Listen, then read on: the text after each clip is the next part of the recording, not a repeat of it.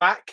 We're back with the coffee, black coffee tonight, a bit different. But yeah, I've been a little bit missing from social media, from YouTube, and it was going to be 2 weeks, but I've come back a little bit early because I was missing it so much. But yeah, hello to everyone who has joined the chat. I'll say a few hellos in a minute. But yeah, where have I been and what have I been doing? So first things first, why did I take a break from YouTube? Now, the reason I took a break from YouTube, I felt completely burnt out with having to put out content. And I know with YouTube, you don't have to put out content, but I really enjoy putting out the content. And I hit a point last week or the week before, I can't even remember now, where I just kind of needed to focus on myself, my mental health, and also to focus on eBay as a whole. So the way I deal with things, rightly or wrongly, I kind of just cut out the things that are getting on top of me and just kind of put them to one side for a second and just focus on what I need to do.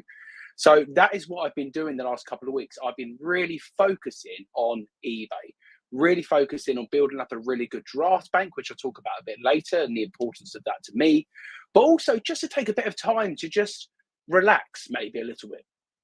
Excuse me, when I was at the car boots at the weekend and the weekend before, it was actually quite nice not to feel like I need to go around the car boot and get some really good items for the content side. So not having the camera on made me relax a little bit at the car boot, but I also miss the fact of taking the camera around and showing you guys what I can find at car boot sales and to, hopefully help you guys with finding things as well, because that's why I watch YouTube content, to actually learn what other people are picking up. First things first, can someone in the chat just let me know if I sound okay?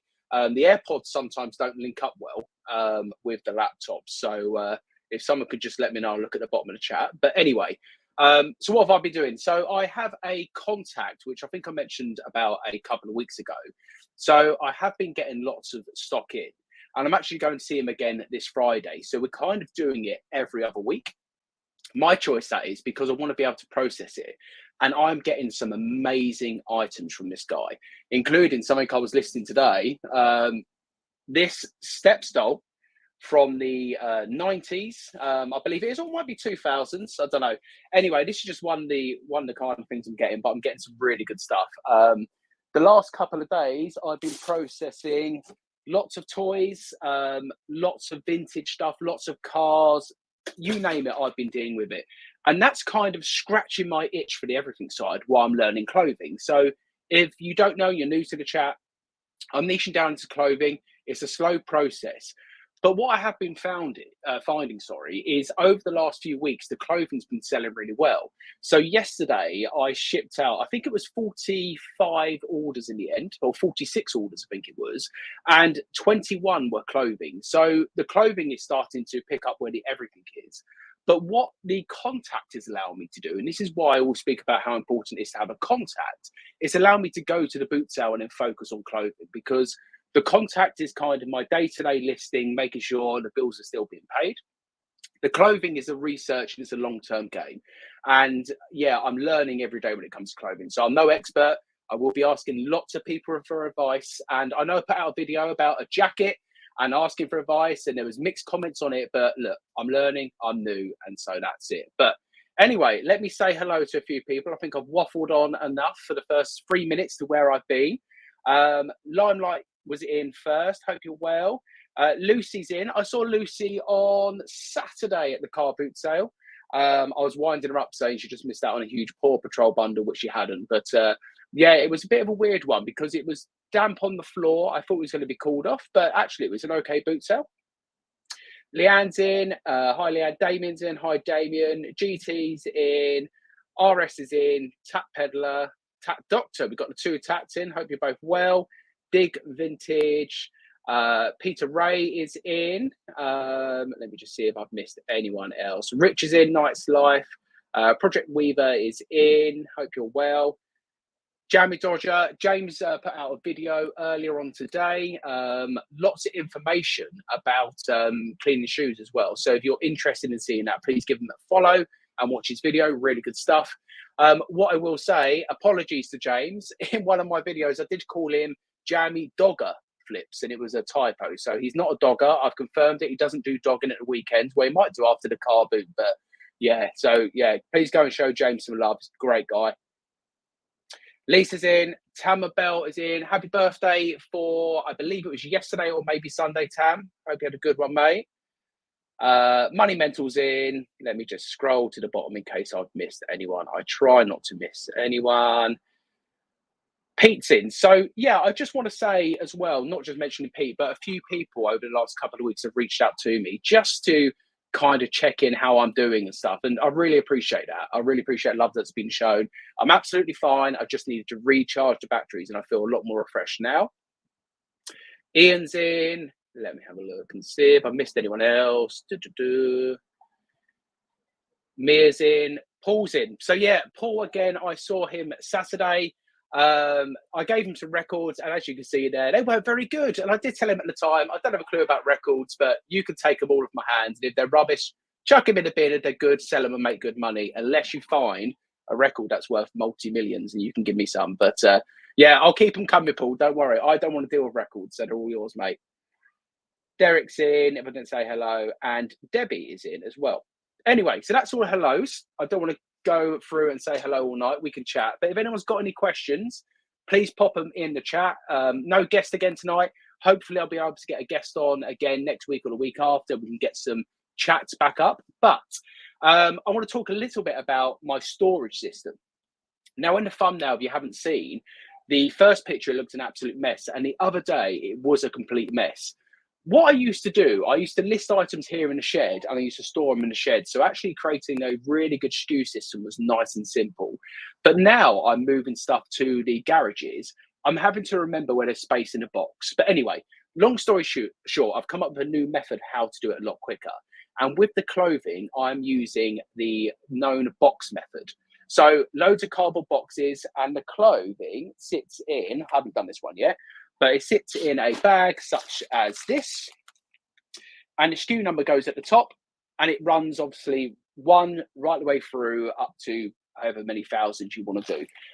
But that method that I'm using, that I've learned from the Daily Refinement group, has been really helpful. It's actually sped up for me picking. But I know it sounds quite confusing. What I might do, if I get a chance this week or next week, I might do a little video showing you the method to store items, because a lot of people have messaged me personally and asked how I store the clothing compared to the everything. So I might do a video just to update you guys as well.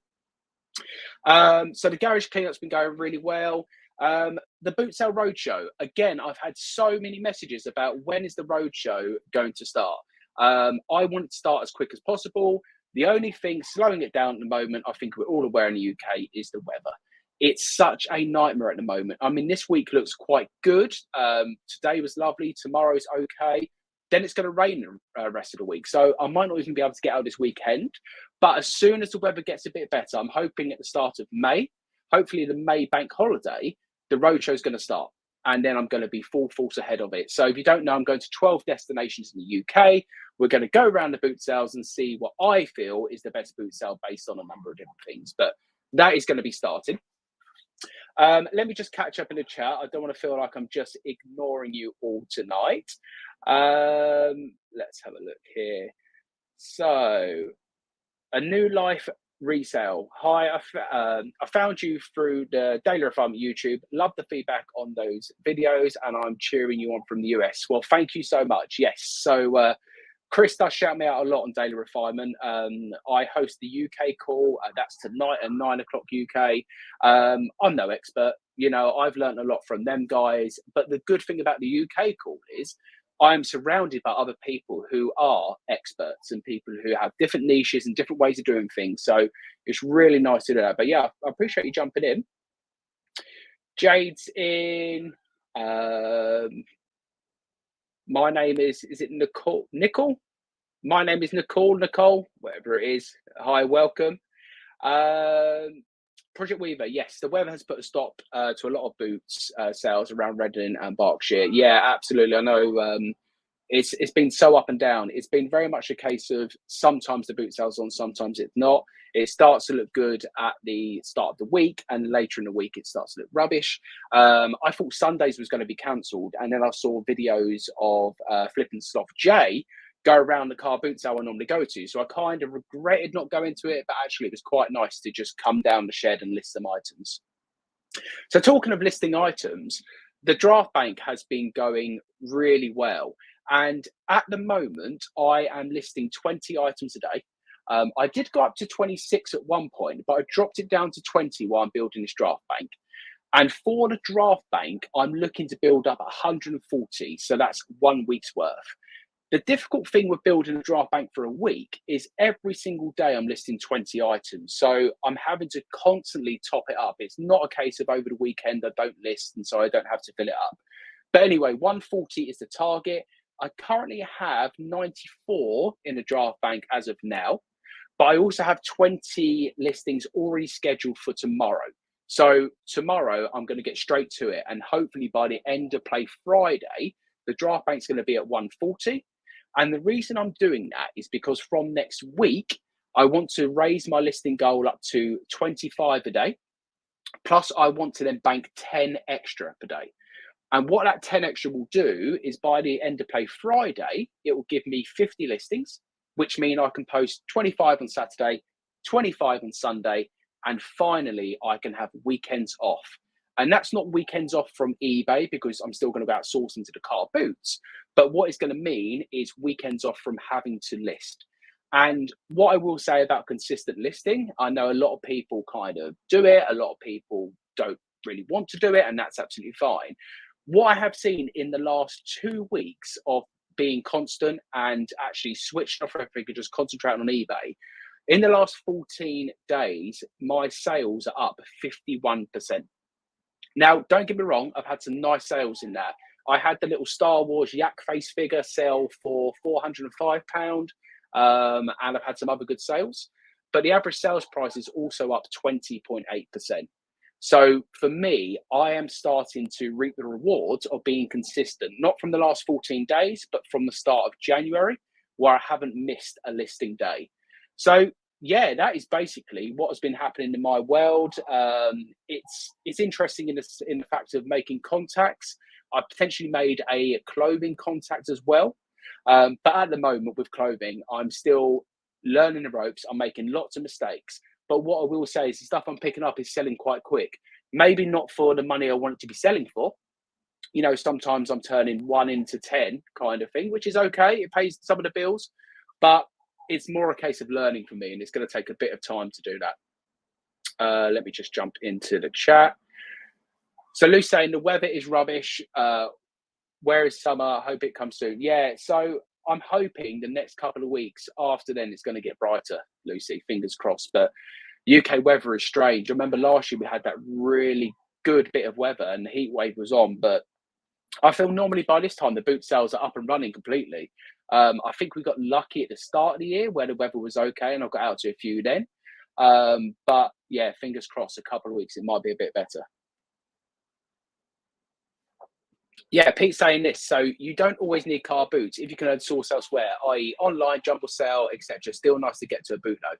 Yeah, so I want to get to the stage where car boot sales are not my number one sourcing. It's going to be tough to get there. And I would love to be able to go to car boots just to pick up them extra bits and just to do it for the enjoyment. Because I really enjoy the car boot sales. Even when I come home with nothing, sometimes disappointed from the business point of view, but I love the actual rummage of going to a car boot sale. And to give you guys an idea, on Saturday when I went to the car boot sale, I picked up 12 items in total. Now, normally that's a really bad Saturday for me, but because I've got so much stock from a supplier, I'm not desperate for stock at the moment. Actually, I have a bit of a death pile, or I'm going to call it a queue because I'm going to work through it to go through at the moment. So actually, by not going to the car boot needing to get stuff, I actually spent more time thinking about looking at clothing and making contacts in that sense. So yeah, but I've said it many times, Pete. I think you need more than the car boot if you are going to do this, especially full time, because we can't rely on the car boot sales.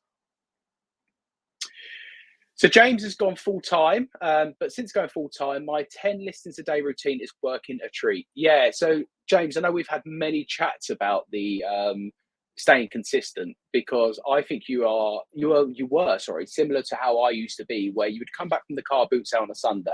Monday you would list up everything you got from the car boot sale, and then unless you went to a midweek one or you sourced elsewhere, you wouldn't list until the following Monday or Sunday or Saturday once you finished the car boots. But I know you've been saying as well, you've been kind of drip feeding the store and stuff. So yeah, I'm glad it's working well. Let's have a look here.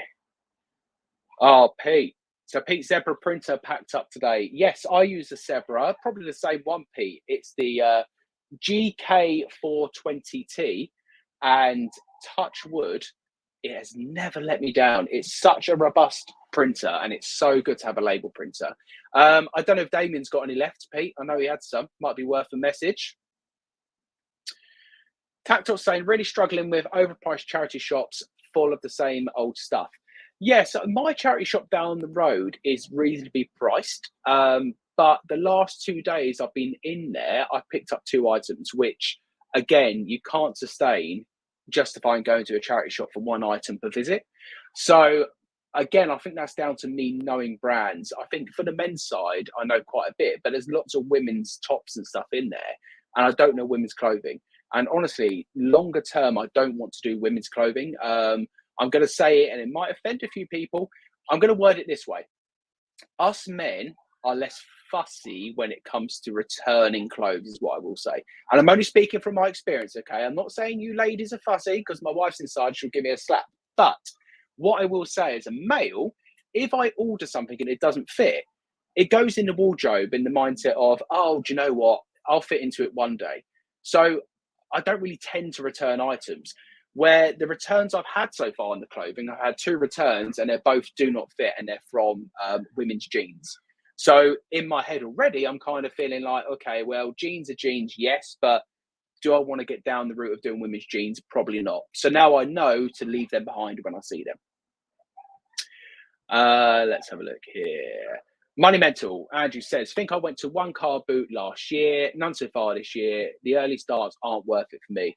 Yeah, the early starts do really add up. And I think partly, Andrew, that is why I was really struggling, because the early starts, and it's going to sound really stupid, and I don't mind, because look, it's my chat and I can sound stupid, but we have 2 cats, and this is funny for most people, and it's funny for me at times, but one of them is a little nightmare at the moment. And every morning, and I kid you not, I would say 6 out of 7 mornings, he jumps on the bed around 3:30, 4 o'clock in the morning, and he'll crawl up to me and he will basically punch me in the face until I give him attention.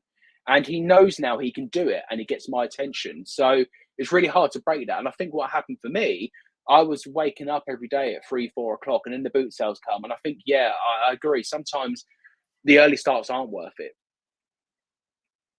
Let's have a look here.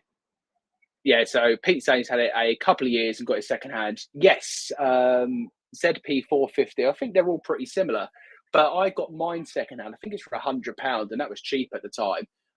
But they pay for themselves, yeah. Yes, so Tam, I saw your short. Well done, congratulations. So for people who do not know, Tam has now gone full-time eBay, which happens to the best of us. I think a lot of people start it with the best intentions of staying part-time and doing the other job alongside it, and then decide to go full-time. But yeah, so Tam's been consistent. 10 a day since full-time on Friday works well. Well done, Tam, because I think it's a real shift from going part-time to full-time. You quickly realise how much extra work you need to put into it. And I think if you can build that consistent listing habit, it's going to work really well. So yeah, well done, mate. Oh, Pete's got one already. Okay. James saying, can be hard keeping the good stuff aside for another day, but worth it for the shop boost the next day.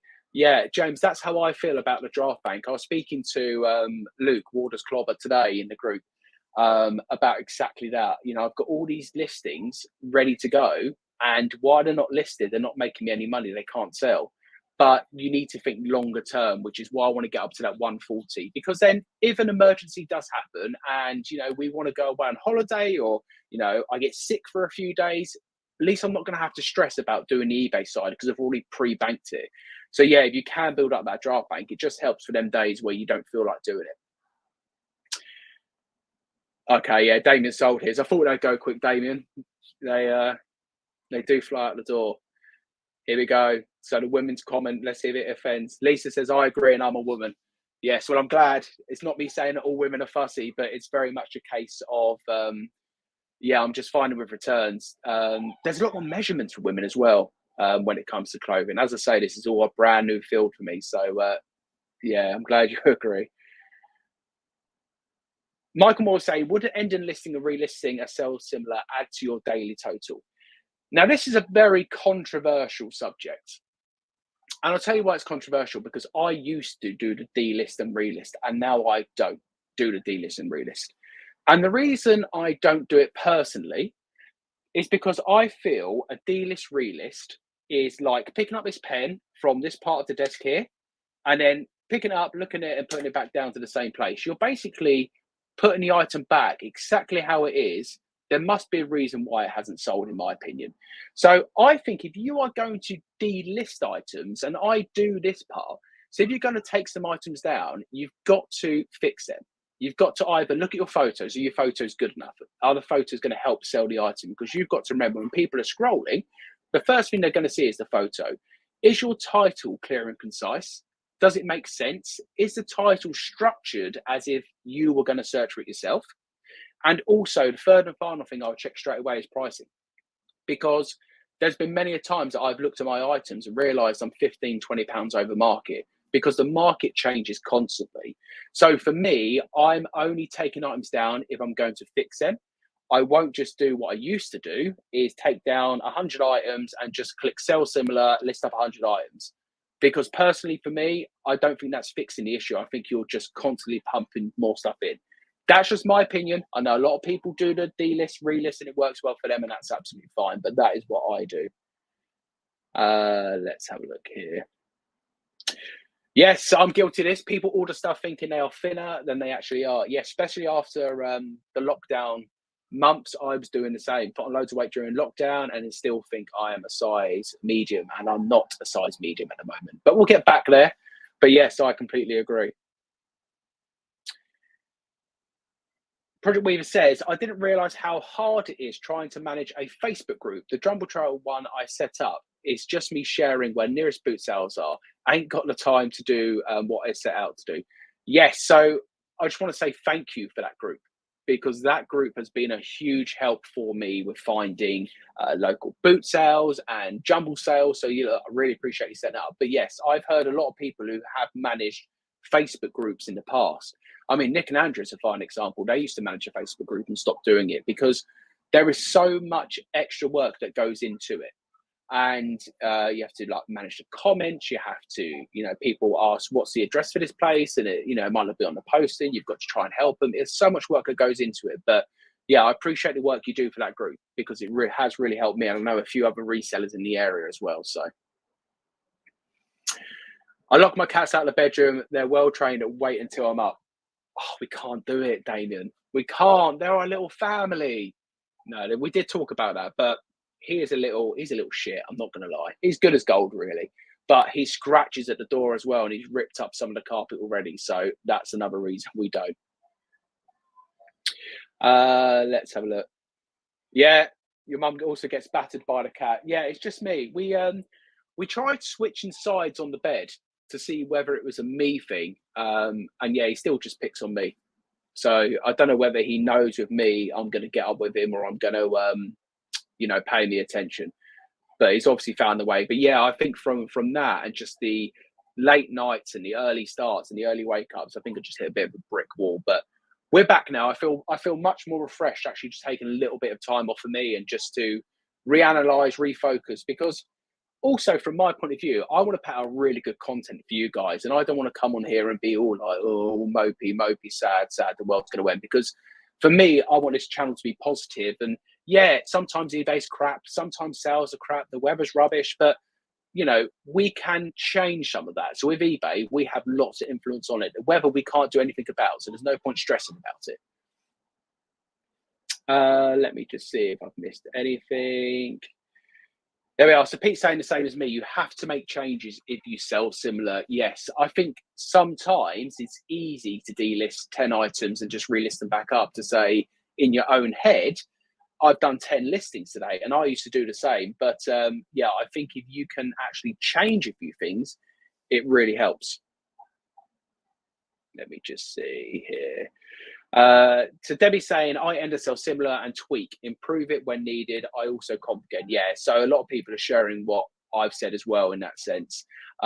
Just make a little tweak. It doesn't have to be everything. You know, you might just look at your title and change it around. You might just look at the price.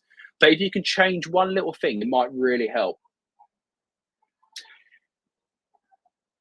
There we go. So Tam is doing, first thing I do every morning is check what is ending that day. And if they have 0 watches, I will do what James suggests and try and figure out what could be improved.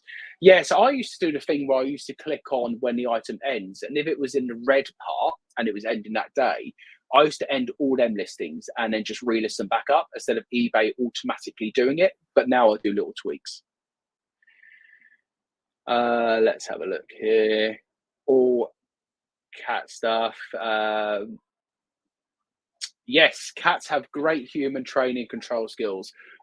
We watch so many videos about cats and why they do certain things, you know, why they lay certain ways, why they show you their belly and all of this stuff.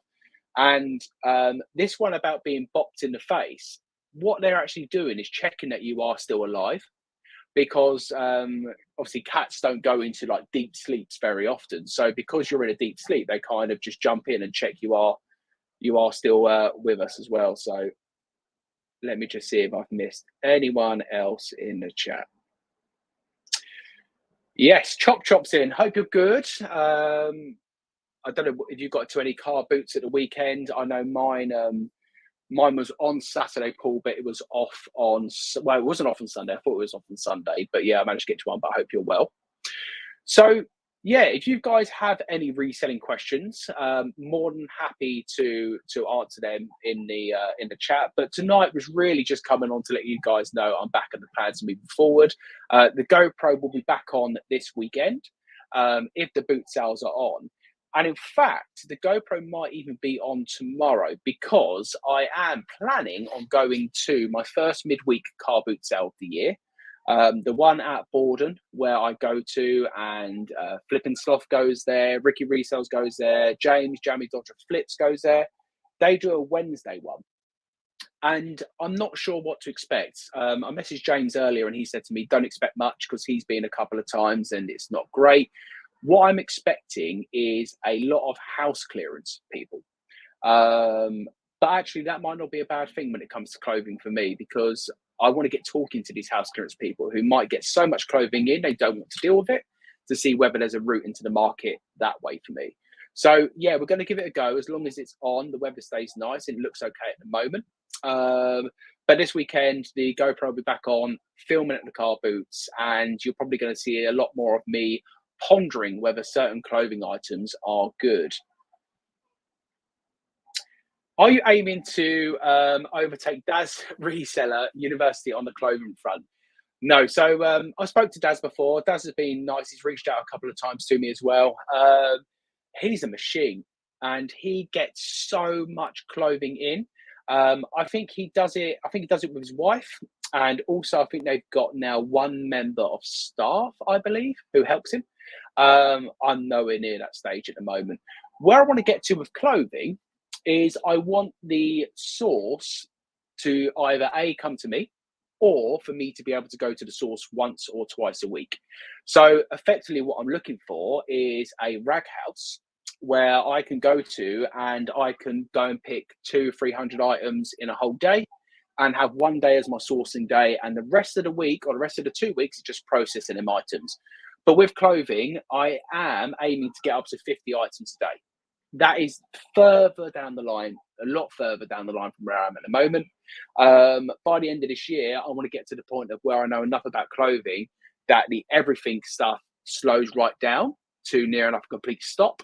I start selling off all the everything stuff and I start pumping the store for the clothing. But right now, that's quite scary for me because I haven't got the experience. But no, I don't think I'll be at Daz's level for a while. But hey, I have aspirations to make that kind of money, and I know he's absolutely smashing it.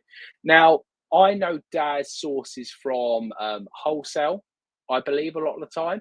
I haven't really looked into wholesale. The ones I have looked into haven't appealed to me personally. But yeah, shout out to Daz because he is doing so good. Just grab a drink quickly. This is the only thing when you go live on your own for the people who do lives, you have to pause to like take a drink and stuff, and it ruins the flow. But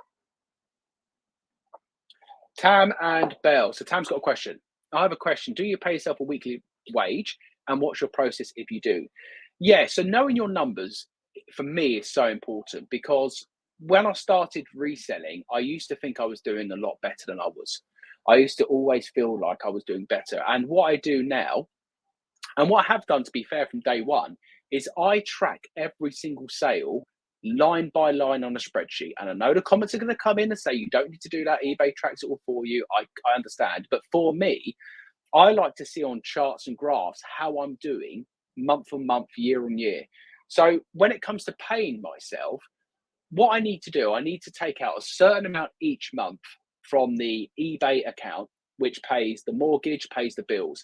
And then what I do is pay myself a small amount, and we're talking £300, maybe 350, and that's for me to kind of socialize on. But most of the time, I don't even use all of that, to be honest. The rest of the money stays within the business.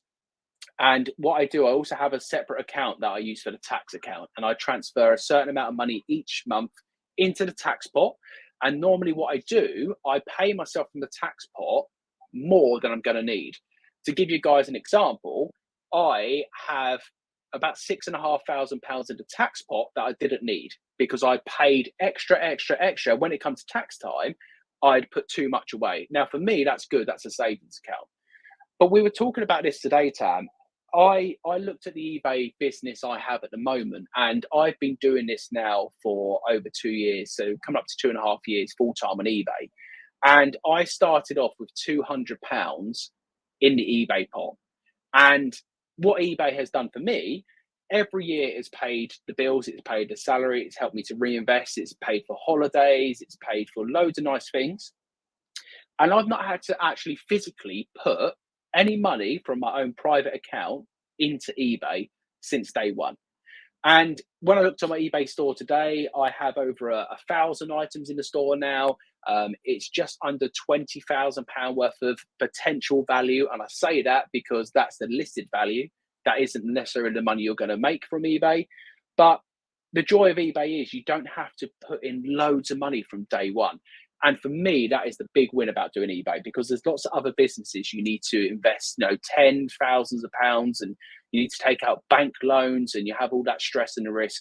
With eBay, you don't have to invest, and in fact, you don't have to start with any money for eBay because you can sell something you've got sitting around the house, and you can just keep reinvesting your money. So, yeah, I pay myself a minimal amount, but that's only because my sole focus is to grow the business. Could I take more out of the eBay business? Yes, absolutely, if I wanted to. But my lifestyle hasn't changed in the last 2 years. I'm not the kind of person who's going to go out and buy a 20,000, pound car and all this stuff. And like the other week, Tam, when the van broke down, the nice thing about knowing your numbers and kind of having that backup money that you're not drawing out every month for the sake of it is I could just pay for the van. And then I've done the videos where I was trying to earn the money back to pay for the van as well. And it just shows how quickly you can earn money if you get out there and do it. But yeah, I pay myself a few £100s. And apart from that, the only money I take out of eBay is to pay the bills and to pay the mortgage. The other income stream I have is YouTube. And again, I'm so transparent with numbers and figures that if anyone ever asks me, I'll tell you what I make from YouTube. It's not as much as a lot of people think. I think a lot of people feel that when you become monetized, you're suddenly making thousands of pounds a week. You're really not. And I'm sure some of the other YouTubers in the chat tonight will say the same.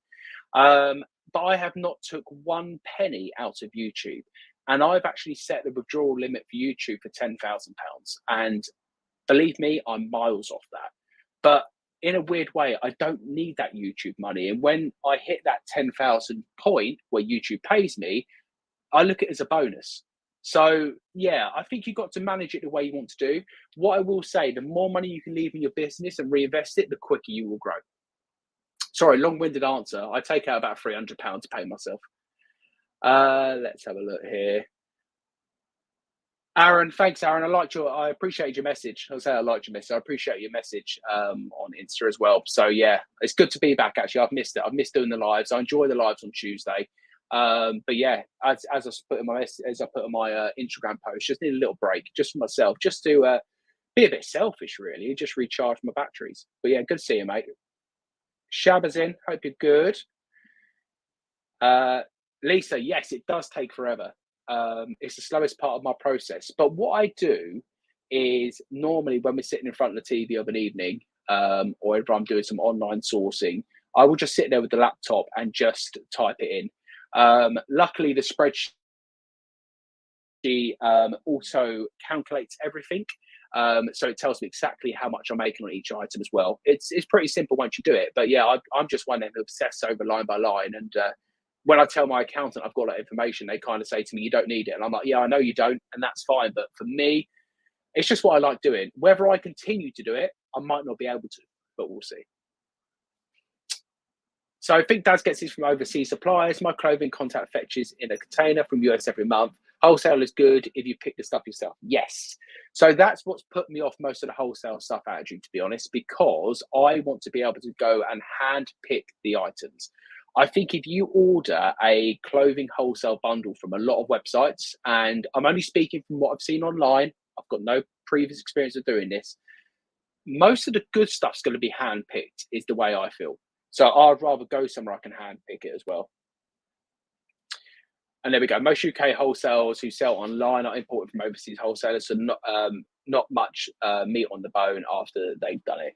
Yeah, so that's the thing as well. You've got to kind of see whether it's worth your time. I spoke about this, I think, on my last live about whether listing something under £5 is worth your time.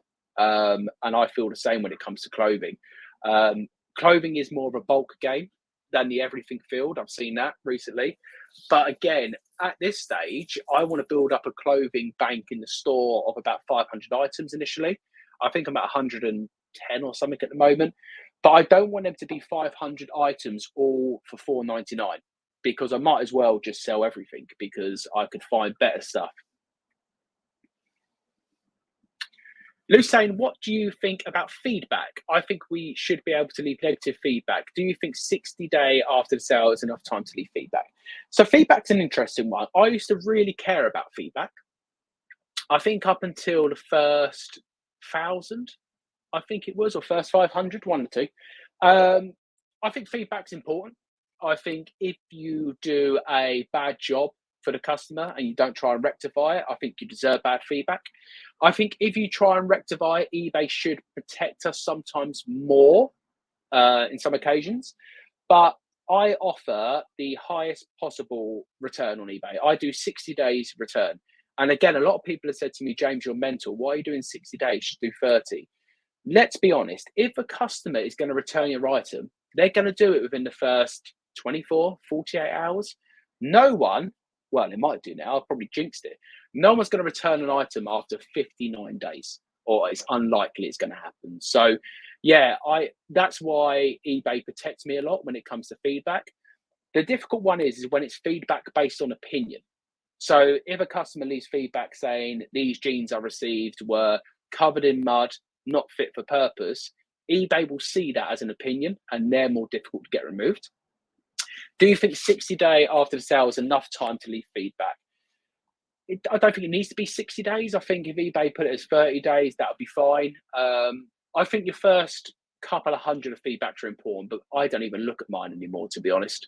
You make so many sales that actually it doesn't really matter. It just becomes one of the numbers you kind of look at when it hits a milestone. You know, when I get to 5,000, for instance, I might post it and say, look, 5,000 feedbacks. But yeah, it doesn't stress me out like it used to. Yeah, Dig Vintage. Again, this is the conversation I was having today. It was really inspiring to speak to Luke about this because we said exactly that. It's a risk-free business. And it is kind of amazing because all we are doing is selling people's unwanted items. And that's what it comes down to at the end of the day. And you're right, it is risk-free. And if eBay was to say, for instance, I lost my eBay account tomorrow, I'll be absolutely devastated because I love doing this. But I could get another job. I could sell all the stock And as I said, there's £19,000 worth of stock sitting there. Now, even if I was to sell it at, 50% off or 70% off, that's still a fair bit of money.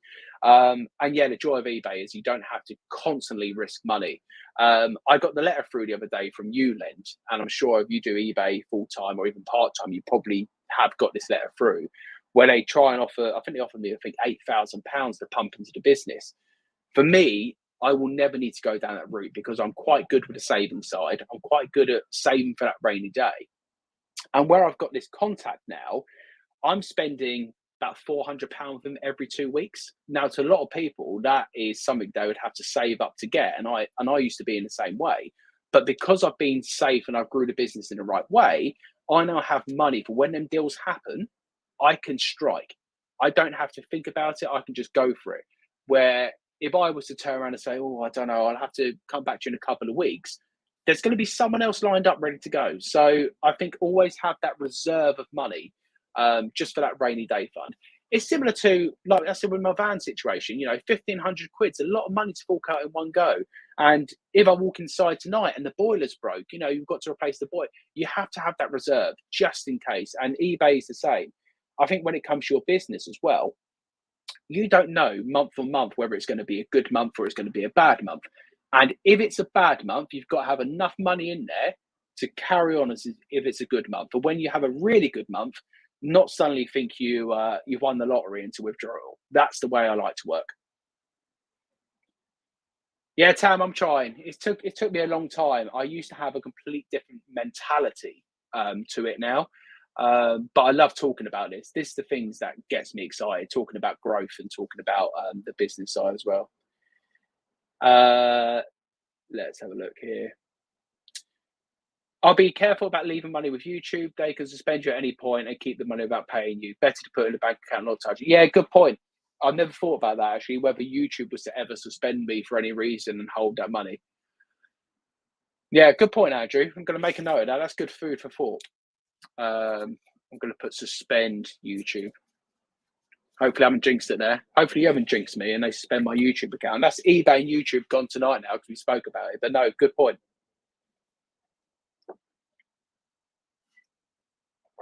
Double Karma says, question, when you use pound from the business for household bills, that sort of thing, how do you count for that pounds? Oh, okay. Yeah, so with, I use an accountant, I use Bofix. The reason I use Bofix is because I saw Aaron's chat with Nick Hills. And also, some of them are resellers as well. Jack, who I use, is brilliant. And I know Jack watches the videos. And Jack, I got your email. I'm going to get on it, I promise you. They know when it comes to eBay, so they know about the ins and outs. And so, yeah, it basically goes down as a withdrawal on your statement. So HMRC can see you're paying yourself a wage, and that's all it is. So I literally have my bank account set up, and I just transfer X amount from eBay into my personal account, and that's where I pay all the bills with from the personal account. And then Jack knows each month that that is my personal withdrawal, and that's how it goes off to HMRC. Accounts are pretty easy, I must admit. I use QuickBooks. It's all linked. It's pretty simple to do. I had Aaron on in the Daily Refinement group. I got him on to speak to the guys in the group there with regards to accounts. And someone asked him a question about, why do we need an accountant? And he was quite open and honest and said, you don't. It just makes your life easier. And the reason I pay for an accountant is exactly that. I have a million and two things going on in my life when it comes to reselling, when it comes to YouTube, when it comes to day-to-day life. I don't want to sit there and stress and do my books at the end of the year. I want Jack to be on my case, getting me to update things, getting me to tell him what's going on, and then for them to just send me the bill of how much I owe and then be done with it. So I just like the stress-free aspect. But I'd recommend Bofix to anyone listening. Shout out to Aaron and team at Bofix. They've been good as gold to me. And that's not a paid promotion, by the way. Let's have a look here. There we go. Glad I'm not the only one. Jack emails to say the accounts are out of date. Yes, Jack emailed me. I think it was yesterday, and I know he's going to watch because he always puts at the end, looking forward to seeing your next YouTube video, or looking forward to your live, or looking forward to you coming back onto YouTube. So yes, he will be pestering me after watching this live to say, you even mentioned your live, you still haven't reconnected it. So yeah, shout out to Jack. He's a great guy, and he does reselling himself as well. And I enjoy watching him on Instagram as well. There we go. So I think this is all the Nick Hills early people, because Leanne uses Boffix as well. I like using QuickBooks, but as I have some pensions, I prefer them to do my accounts and tax return. I like spending the time sourcing.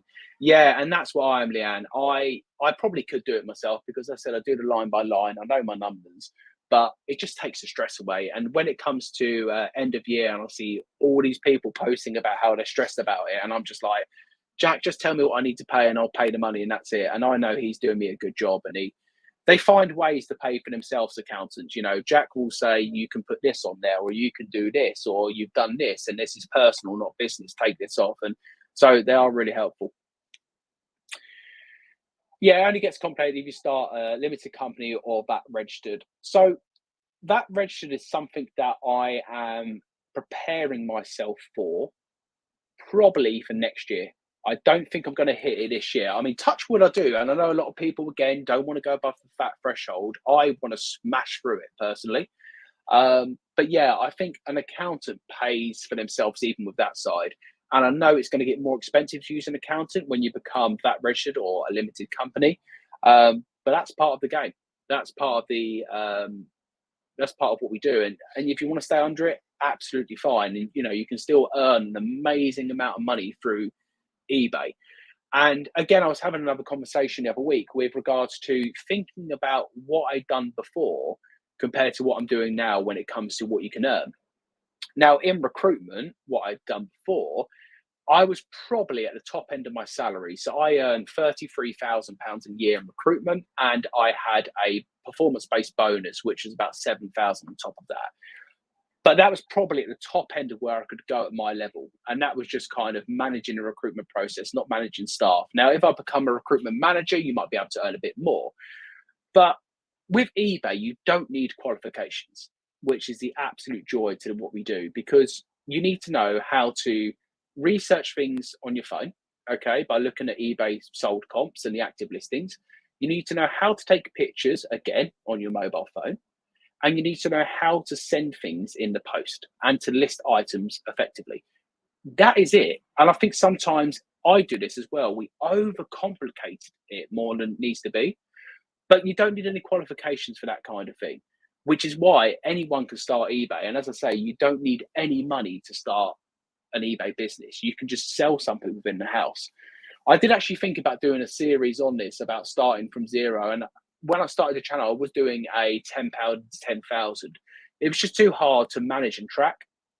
But Chris at Daily Refinement, he done exactly that. He showed how quickly you can build up a store. And yeah, I know a few people, I think Rummage Around done a similar challenge as well, getting to 10,000. I know a lot of people have done it before, but it just goes to show what is possible when you put your mind to it as well. And I love that kind of thing.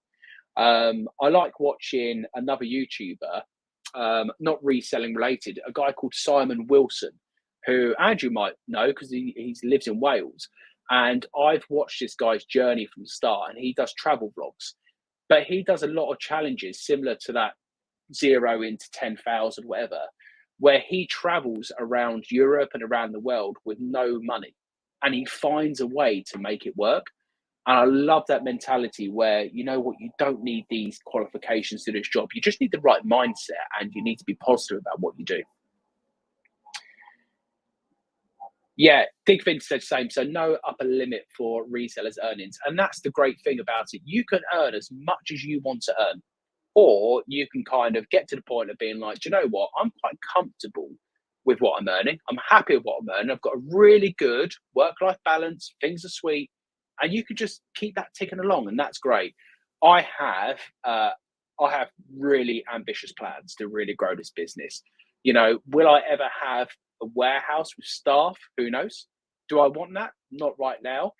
The plan would probably be when we start our family is to bring the wife into the business and to do it that way, so she can stop doing her job. So at the moment, she is she's a private nanny, so she looks after children. And what we've always said is when we have our own child or children, we don't want to have to pay for them to go into childcare when we've got Leanne, who's got years of experience with children from babies right the way up to 4 or 5 years of age. So yeah, that might be the plan in the future. But long-term plans, I would love to be able to have a huge warehouse full of stock.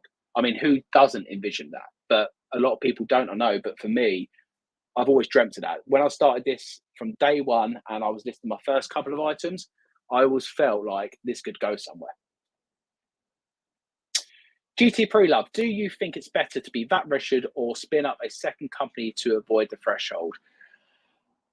I've never thought about it, to be honest. I've always kind of looked at eBay as being the route. I've got the YouTube income as well, as I mentioned. So I've got eBay and YouTube. They're my main two incomes. Whether I was to invest into property in the future, that's another option. But yeah, I haven't really got an opinion because I've never really thought about it. I think for me, the VAT threshold would be all eBay. But yeah, you could start up a second company and it might be a way around it. But that's not my advice. Speak to an accountant. That's all I'm going to say about that one. Yeah, Dig Vintage, that's tax avoidance not legal. You're going to get me in trouble, GT. Do not do that, is what I will say. Okay. Jack, you're listening. That's not my suggestion. I'm putting it all into eBay. That's just where I am at the moment. Project Weaver, I really enjoy Simon Wilson. Also, Balder Bankrupt, Best Packing Ben is also another one. Oh, I'm going to write some of these down. I know I could go back later on, but it's going to take me ages to find the Bald Bankrupt. Best Packing Ben. Okay. Project Weaver, I'll check them out. Thank you for that, mate. Yeah, Simon Wilson is so, it just inspires me. And I always said to Leanna, I would love to do it. I'd love to go traveling with no money and just see how far I can get. And the truth be told, I probably wouldn't even be able to get on the first train. I wouldn't be able to work it out. So yeah, it's not for me. The most successful resellers in the UK are millionaires. Founders of Music Magpie started in the garage in Stockport. I never knew that. Never knew that's where they started in a garage in Stockport. But that's where most millionaires are made. You know, everyone starts in their bedroom or at the kitchen table or in the spare room or whatever. You know, no one, well, not a lot of people start in a full warehouse because you can't justify the space. And I think the growth for me was big when I got the two garages because it was always here. It was always in the garden shed. It was always list this side of the room, store this side, walk over things. Oh, don't worry, I haven't got the space. I can't afford to get the garages, blah, blah, blah. And then when I got the garages, it's been an absolute game changer. Yes, it's an extra expense, but a couple of good days on eBay pays for the garages. So it's definitely worth it. Would I get a third garage in the future? Maybe. But right now, I've kind of got my everything garage and I've got my clothing garage, and that's good enough for me at the moment. And I've got plenty of space. Yeah, GT Pre-Love, you can't do it. Tax evasion. Any plans to enter the Amazon world, James? So, when I started eBay, I think a month into it, I saw a video online. I can't remember who put out the video. I don't think it was someone who I watch religiously. I think I just saw it about doing FBA and online, not online, in-store arbitrage, whatever it's called, retail arbitrage, whatever it's called. And I got some stuff from Boots and I sent it off to Amazon. And it sat there, and didn't sell. I got it all back and I sold it on eBay. And since then, I have not considered Amazon at all. For me, I don't think it's a route I'm going to go down. I think especially now I'm going to go down into clothing, Andrew. I don't think there's a route into market for Amazon for clothing. And from what I've heard from other people who've done it or other people who do it currently, it could be really good. You can actually make more money than you can on eBay, but it could be an absolute nightmare as well with regards to things being returned and other things that go on. And I know Nick Hills had lots of issues with Amazon. I know he doesn't really like their name being mentioned much anymore, but yeah, I did think about it at the start, but I don't think so. I think for me, sticking with one platform works really well. Again, I thought about the whole cross listing. I thought about doing it on Depop. You can't do it on Vinted. I don't like resellers, but doing it on Depop, on Etsy, and Facebook Marketplace and other sites. For me, it's just too much confusion. I like just listing on eBay, selling on eBay, and doing everything on eBay personally. But I know a lot of people have done well on Amazon. I know Rummage Around, I couldn't think of his name there. Rummage Around is doing Amazon stuff and doing quite well on it by all accounts. So Yeah, I think there's money to be made. You've got to have the right product for Amazon. And I don't think clothing is the one. Yeah, the government thought of it first. Yeah, they thought of it before everyone else. So Lucy's dream, I love talking about dreams as well because I think we've all got dreams and aspirations as well. And that for me is the most exciting thing about this because we all are kind of just, working from home or working in an office space or working in your house or your kitchen or wherever it may be, or storing stuff off site, wherever it may be. We all have different things that we do, but we're all effectively on the same journey here. And this is why the dreams and stuff. So Lucy's dreams is a warehouse, secondhand toy shop would be great, but I'm way off it. But it's good you have them aspirations, Lucy, because that's kind of your end goal. And you'll laugh, but it's not your end goal because that's a goal you'll hit, and then you'll want to own, a bigger warehouse, or you might want 2 toy shops or 3 toy shops, whatever it may be. So I think you've got to dream big. I have huge dreams, and I'm miles off. But I think if you can then reverse process it and break it all down, that dream of the warehouse might not be as far away as you can imagine, but it's going to take a lot of hard work, a lot of late nights, a lot of early starts to get there. But you have to kind of really want it to make it happen. Let's have a look here. Game is saying second company's fine if they're entirely different. Two eBay business, no. Yes, don't try and split it across 2 eBay business. Bald and bankrupt Ace. I'm going to check out that. Thank you for the recommendations. This is why it's good on the lives as well to speak about other channels I watch. I mean, for the people who know me, I'm into my true crime, obsessed with true crime stuff. Truly Criminal is a great YouTube channel for anyone who's into true crime. But yeah, I watch a lot of that, a lot of Simon Wilson. And a bit of a weird one, and I don't know whether people have seen this person, a guy called Auditing Britain. And if you haven't seen Auditing Britain's videos, go and watch them. They're hilarious. The guy's an absolute nightmare, but you have to laugh at the same time. So everyone's giving GT advice here. Be a good boy. Lee saying, I've watched Simon Wilson. He is good. Yeah, a lot of people have seen him now. When I first spoke about him, a lot of people didn't know who he was, but I think he's got so big now. He's got over 1 million subscribers on YouTube, which is crazy. But yeah, he seems like a really top bloke. Let's have a look here. Shab is giving more advice that I'm not recommended here. So we'll move on from that. Here we go. So Lisa's saying she needs more space. Yeah, that was the biggest issue I was having in my business. And actually, Lisa, what I was finding is I was making so many excuses as to why I couldn't get things done. Oh, I need more space, or I like to grow, but I haven't got the space, or I like to buy this, but I haven't got the space. In the end, you have to just take out that excuse and just find the space. And I've got 2 garages now, so I've got more space than I need. But Steve Spencer Penny was, and also Damien as well, I think they were the first 2 people to say to me, you'll be surprised how quickly you fill the space, James. And I was like, oh, yeah, I won't fill it that quick. I'm filling it quick. So you can never have enough space in a strange way. You just got to manage it as well you can. So Leanne's saying, I started a sewing business. Oh, cool. When my daughter was small and built up to having a factory with 12,000 square feet, 30 employees and 1.2 million turnover. So it can be done. Well, amazing. Isn't that incredible for the people? Like Lucy said earlier about her dreams to do X, Y, and Z. Sometimes you look at it and think like it's impossible, but Leanne's just proven there that, she started something small like a sewing business and look where it turned into. So that is incredible, Leanne. Aaron's saying, when I think about where I want to get to, and it seems like so far away, I just remember how far I come from day one. Absolutely. I am my worst enemy when it comes to giving myself a bit of self-praise and kind of giving myself a bit of a pat on the back. And words of affirmation is my love language. So Leanne's really good at praising me. And I will go and say to Leanne, like, oh, have a look at the sales day. Look at the figures compared to last week. And I get all the praise. But when it comes to kind of praising myself, I really struggle with it. I'd rather go and give 20 people praise and give myself one little bit.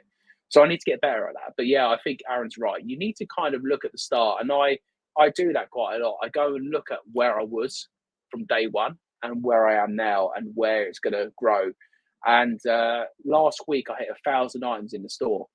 and I never thought I would ever get to 1,000 items in the eBay store. And no, I know a lot of people sort of look at that and say, well, you're not a storage company. Yeah, 100%. I'm not a storage company, but hopefully them 1,000 items will sell, and hopefully that will just continue to grow as well. But yeah, Aaron, you're spot on there. And you've seen Auditing Britain. Yeah, it gives the police a lot of drama. I don't know what it is about his videos. I watch them and I'm like, this guy is an absolute idiot at times, but he just makes me laugh. It's so strange. So Michael saying, as a retired hobby reseller, this is very interesting.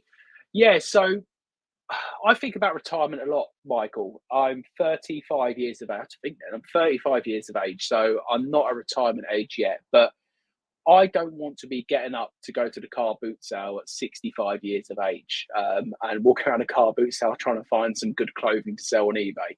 So I have plans to retire reasonably youngish, early 50s maybe. But I would like to be able to invest money elsewhere so I have income coming in from other sources. And what I'd also like to do is still run an eBay store without the stress. So a smaller eBay store where I haven't got to list every single day. I haven't got to pump into it. And it just kind of just ticks along to keep me into it. But yeah, so Michael, let us know then. So do you still do eBay on the side, or are you completely sort of done with eBay and stuff now? Project Weaver was going to ask you actually, if you didn't have the space, garage, what would you do to keep stock? Rent a unit in Big Yellow? Yeah, so great question, because I struggled with this for a little while. So I looked at Big Yellow storage for space, and the price on it is crazy. If you are going to use Big Yellow because you're moving house, it's definitely the way to go. It's affordable. Um, Fun fact, I used to work at Big Yellow Storage in my early days of retail before the recruitment days. But yeah, if you are going to use like a Big Yellow or Safe Store, wherever it is, then short term's good. Long term, for me financially, it was crippling. What would I do about the space? The plan was always to, when we sell the house and when we move, to actually then find a house with a big enough space for me to do eBay. It would be nowhere near the space I've got now with the garages, by the way, but we would have made it work in that sense. I was using the loft to store stuff. Logistically, it's a nightmare.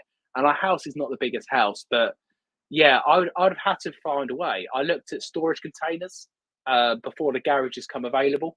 But I will say to anyone, call your local council and ask if there's any garages available, and you'll be surprised. Because I applied online, I heard nothing, and I called them, and they had 4 available down the road from me, and I took 2 of them, and that happened all in about 12 hours of calling up to getting the keys.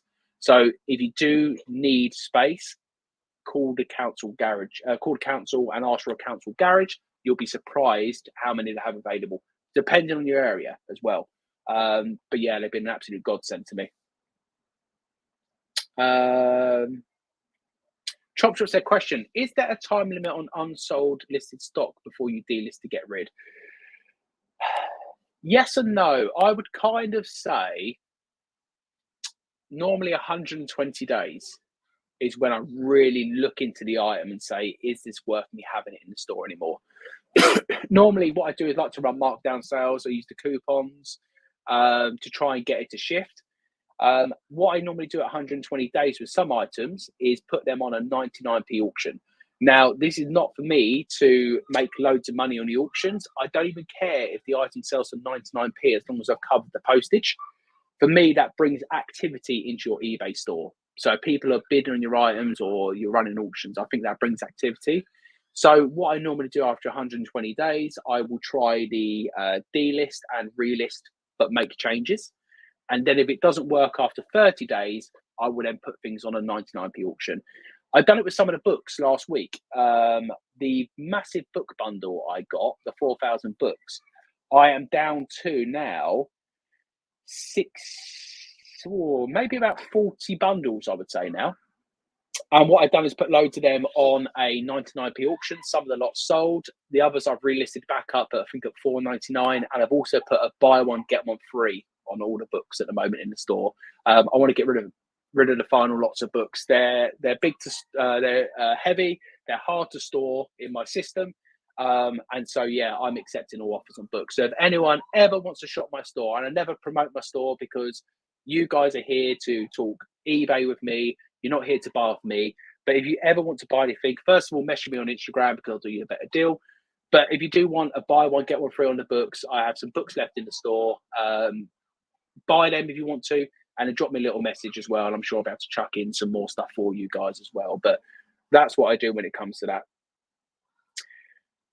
Lee says, at the moment, I just want to be able to quit my job and go full time. I think this is the toughest thing for anyone, Lisa, who does it part time. And what makes it harder as well, and I'll be honest with you, I do YouTube. Sometimes we make it look very easy, okay? Because you're only seeing the good stuff. You're only seeing the snippets of James at the car boot and he's picking up all this great stuff. And you're seeing James has sold X, Y, and Z. And on Instagram, I posted a picture on Monday about all my parcels going out, really good week of sales. You don't see all the other stuff what comes into a full time. So I always like talking to people. And Lisa, feel free to message me on Instagram anytime you want advice on this, because I love talking about this kind of thing. Have a security pot behind you before you go full time. I had a redundancy payment from recruitment, which helped me go full time into this.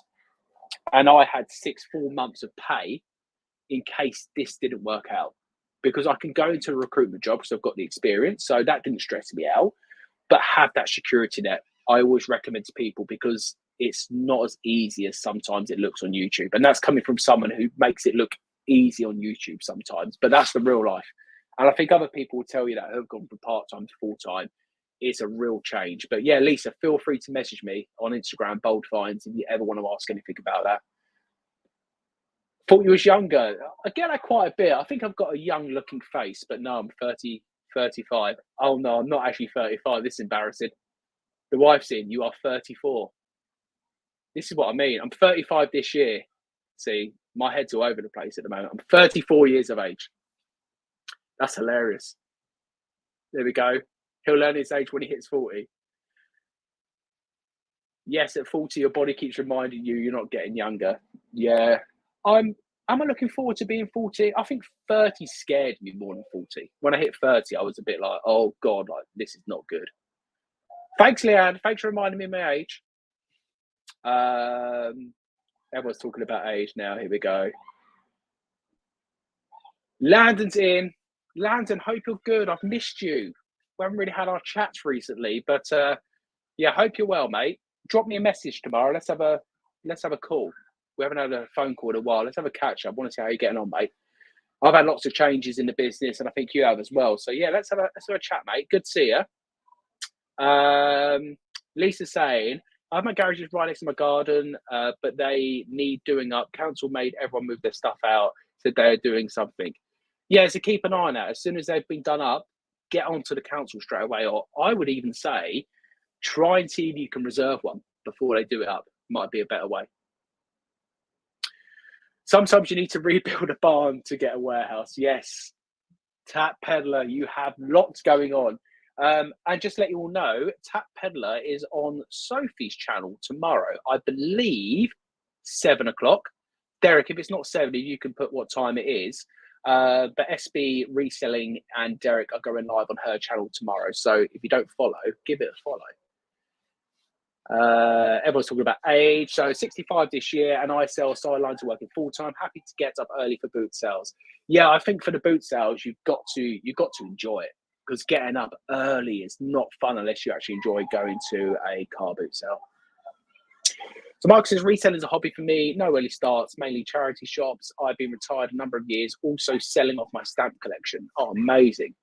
Yeah, I like the hobby stage of reselling. And it didn't used to be reselling, but I used to go to the car boots as a hobby. And yeah, I grew up going to car boots. So I've always had that little passion for it as well. No. So how does insurance work with having garages? They are private property. You need your own insurance separate for that, because it's not attached to your property. So yeah, make sure if you have space outside of your home, you get the right insurance. It's same as if you go to Big Yellow Self-Storage. They make you take out insurance. You either have to provide your own insurance or take out theirs. that's how it was when I worked there anyway. But yeah, make sure you get insurances for that. Let's have a look here, just in case I've missed anything.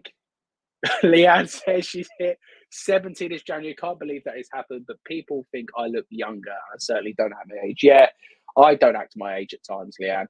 And you're only as old as you feel. I mean, I added an extra year on tonight, and luckily Leanne took that back off. So you're all good. All right. Well, guys, we've been going just over an hour. I still have a couple more bits I need to sort out before I go live on the daily refinement thing at 9 o'clock for the UK call. But I just want to say a massive shout out. There's 54 people in at the moment. A massive shout out for welcoming me back with open arms. It's good to be back. And I'm looking forward to doing some car boot stuff at the weekend, hopefully getting some of that filmed as well. But yeah, I appreciate you all. I appreciate all the lovely messages you guys sent me as well. It did mean a lot. And yeah, let's hope the weather improves so we can start the car boot roadshow, because I want to get around the UK and see what the best car boot is there. But thank you all. Hope you all have a lovely evening. I'll let you all crack on now. One more thing I want to say. I'm an Arsenal fan, and we better beat Man City tomorrow. Otherwise, the league is theirs. So fingers crossed for Arsenal tomorrow. Hope you all have a nice evening, and I will see you soon.